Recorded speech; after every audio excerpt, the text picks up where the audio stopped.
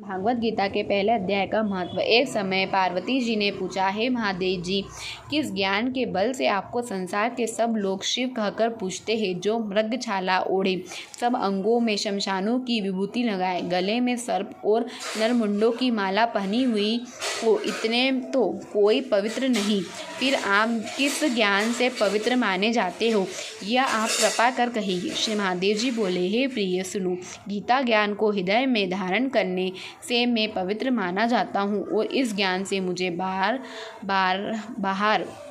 ये कर्म नहीं व्यापते। तब पार्वती जी ने कहा, हे भगवान, जिस गीता ज्ञान को आप ऐसी प्रस्तुति कहते हैं, उसे श्रवण करने से कोई कृतार्थ भी हुआ है। तब श्री महादेव जी ने कहा, इस ज्ञान को सुनकर बहुत से जीव कृतार्थ हुए हैं और आगे भी होंगे। मैं तुमसे एक पुरातन कथा कहता हूँ, तुम श्रवण करो। एक समय पाताल लोक में शेषनाग की शैया पर श्री नारायण जी नेत्र मुंद कर आनंद में मगन थे।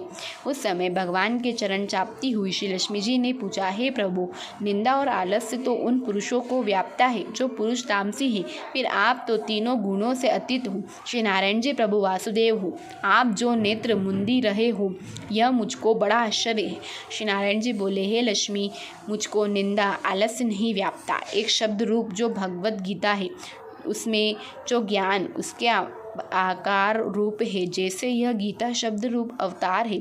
इस गीता में यह अंग है। 5 अध्याय मेरा मुख है, 5 अध्याय मेरी भुजा है, 5 अध्याय मेरा हृदय है और मन है, 16वां अध्याय मेरा उदर है, 17वां अध्याय मेरी जंघा है और 18वां अध्याय मेरे चरण है। गीता के सब श्लोक ही मेरी नाड़ियाँ है और जो गीता के अक्षर है वही मेरी रोम है। ऐसा मेरा शब्द रूपी जो गीता ज्ञान है, उसी के अर्थ में हृदय में विचार करता हूँ और बहुत आनंद को प्राप्त होता हूँ। लक्ष्मी जी बोली, हे श्री नारायण जी, अब श्री गीता जी का ज्ञान इतना है तो उसको सुनकर कोई जीव कर्ताव भी हुआ है, सो मुझे कहो। तब श्री नारायण जी ने कहा, हे लक्ष्मी, गीता ज्ञान को सुनकर बहुत से जीव कर्ताव हुए हैं, सो तू श्रवण कर। एक शूद्र वर्ण प्राणी था जो चांडालों के कर्म करता था और तेल लवण का व्यवहार करता था। उसने एक बकरी पाली। एक दिन वह बकरी चराने को वन में गया और वृक्षों के पत्ते तोड़ने लगा। वहाँ उसे एक सर्प ने डस लिया। वह तुरंत मर गया। मरकर उसने बहुत नरक भोगे, फिर बेल का जन्म पाया। उस बेल को फिर भूषक ने मोल ले लिया। वह भिक्षुक उस पर चढ़कर सारे दिन मांगता फिरता। जो कुछ भिक्षा मांगकर लावे वह अपने कुटुंब के साथ बैठकर खावे। यह बेल सारी रात द्वार पर बांध रखे, उसके खाने पीने की खबर ना लेवे, कुछ थोड़ा सा भूसा उसके आगे डाल देवे। अब जब दिन चढ़ने फिर बेल पर चढ़कर मांगता फिरे। कई दिन गुजरे तो वह बेल भूख का मारा गिर पड़ा, किंतु प्राण नहीं निकले। नरक के लोग देखा करे, कोई तीर्थ का फल दे, कोई व्रत का फल दे, पर उस बेल के प्राण नहीं छूटे। एक दिन गणिका आई। उसने लोगों से पूछा, यह कैसी भीड़ है? तो उन्होंने कहा, इसके प्राण नहीं निकलते। अनेक पुण्यों का फल दे रहे हो तो भी इसकी मुक्ति नहीं होती। तब गणिका ने कहा, मैंने जो कर्म किया है उसका फल मैंने इस बल के नियमित दिया। इतना कहते ही बेल की मुक्ति हुई। तब बेल ने एक ब्राह्मण के घर में जन्म लिया। पिता ने उसका नाम सुशर्मा रखा। जब बड़ा हुआ तो पिता ने इसको विद्यार्थी किया। तब उसको पिछले जन्म की शुद्धि रही थी। यह गद अति सुंदर हुआ। इसने एक दिन मन में विचार किया, जिस गणिका ने मुझे बेल की योनि से छुड़वाया था उसका दर्शन करूँगा। विप्र चलते चलते गणिका के घर गया और पूछा, तू मुझे पहचानती है? गणिका ने कहा, मैं नहीं पहचानती। तू कौन है? मेरी तेरी क्या पहचान है?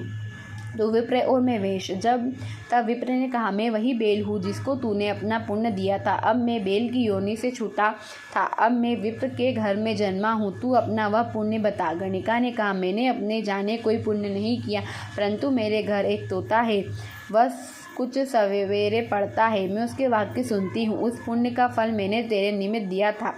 तब विप्र ने तोते से पूछा, तू सवेरे क्या पढ़ता है? तोते ने कहा, मैं पिछले जन्म में विप्र का पुत्र था। पिता ने मुझे गीता के पहले अध्याय का पाठ सिखाया था।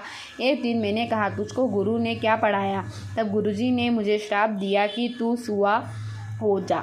तब मैं सुआ हुआ। एक दिन फंदक मुझे पकड़ के ले गया। एक विप्र ने मुझे मोल ले लिया। वह विप्र भी अपने पुत्र को गीता का पाठ सिखाता था।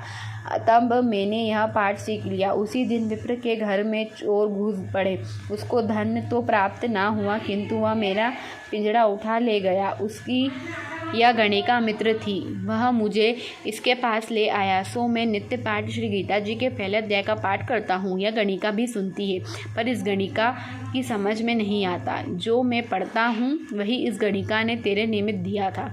वह श्री गीता जी के पहले अध्याय का पाठ था। तब विप्र ने कहा, हे तोते, तू भी विप्र है, मेरे आशीर्वाद से तेरा कल्याण हो। ओ हे लक्ष्मी। विप्र के इतना कहते ही वह तोता भी मुक्त को प्राप्त हुआ। तब गणिका ने बुरे कर्म छोड़ भले कर्म कर ग्रहण किए। नित्य प्रति स्नान कर और श्री गीता जी के पहले अध्याय का पाठ करे।